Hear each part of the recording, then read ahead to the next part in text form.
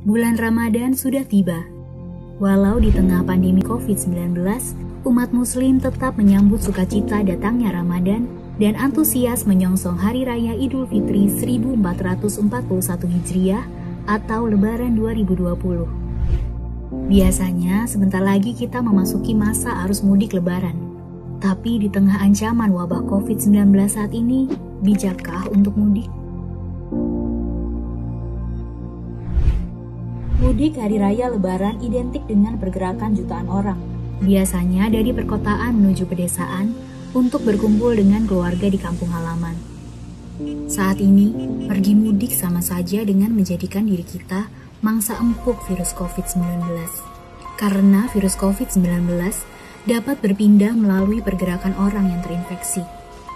Mudik saat ini menjadi aktivitas yang beresiko tinggi dan mengancam nyawa karena ada jutaan orang yang bergerak bersamaan ke berbagai wilayah di Indonesia. Di antara penumpang yang berada satu bus dengan kita, atau satu gerbong kereta dengan kita, atau satu pesawat dengan kita, bisa saja seorang di antaranya membawa virus COVID-19. Misalnya, A menimbang-nimbang untuk tetap di perantauan atau mudik. Karena merasa dirinya sehat, A memutuskan untuk mudik. A memilih mudik menggunakan kereta. Ketika dalam perjalanan menuju stasiun, A tertular dengan orang yang membawa virus COVID-19. Saat itu, A masih merasa sehat, tapi dia sudah menjadi pembawa virus. Kemudian saat di dalam gerbong kereta, A menularkan ke B dan C yang duduk berdekatan dengannya. Ketika sampai di kampung halamannya, A, B, dan C menularkan virus COVID-19 ke keluarga mereka di desa masing-masing, dan virus COVID-19 pun menyebar luas di desa. Bayangkan jika ini terjadi pada jutaan orang. Pada mudik Lebaran tahun 2019 kemarin, terjadi pergerakan kurang lebih 19,5 juta orang ke seluruh wilayah Indonesia. Mobilitas orang sebesar itu sangat beresiko memperluas penyebaran COVID-19 menjadi berkali-kali lipat. Sebuah desa yang sebelumnya jauh dari ancaman nyata COVID-19 bisa terpapar virus tersebut hanya karena dibawa oleh seorang pemudik. Tapi coba kita kembali ke pilihan A di awal. A memutuskan untuk tetap di perantauan walaupun harus menahan rindu.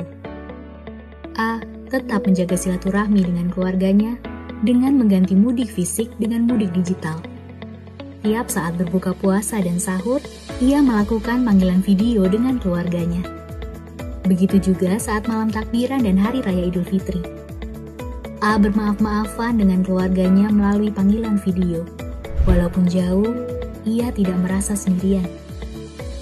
A tahu, ini hanya untuk sementara saja. A telah mengambil keputusan yang bijak karena ia melindungi dirinya sendiri, keluarganya, dan juga desa kampung halamannya. Pasti sulit rasanya untuk tidak melihat pasangan kita, anak-anak kita, orang tua kita, atau saudara-saudara kita di hari raya. Tapi meski sulit, inilah cara yang paling bijak untuk melindungi keluarga kita di kampung halaman. Dengan menunda mudik, kita tak hanya melindungi keluarga, tetapi juga tetangga satu desa dan terutama diri kita sendiri. Mudah-mudahan semua maaf lahir batin tetap dapat tersampaikan dan diterima dengan baik, walaupun hanya lewat telepon atau panggilan video. Ini akan jadi bagian dari pengorbanan dan ikhtiar kita untuk melindungi keluarga supaya dapat berkumpul lagi dalam suasana yang jauh lebih baik. Mari menjadi pahlawan bagi keluarga kita dengan menunda mudik sampai wabah COVID-19 mereda. Kita semua pasti bisa melakukannya dan melewatinya bersama-sama.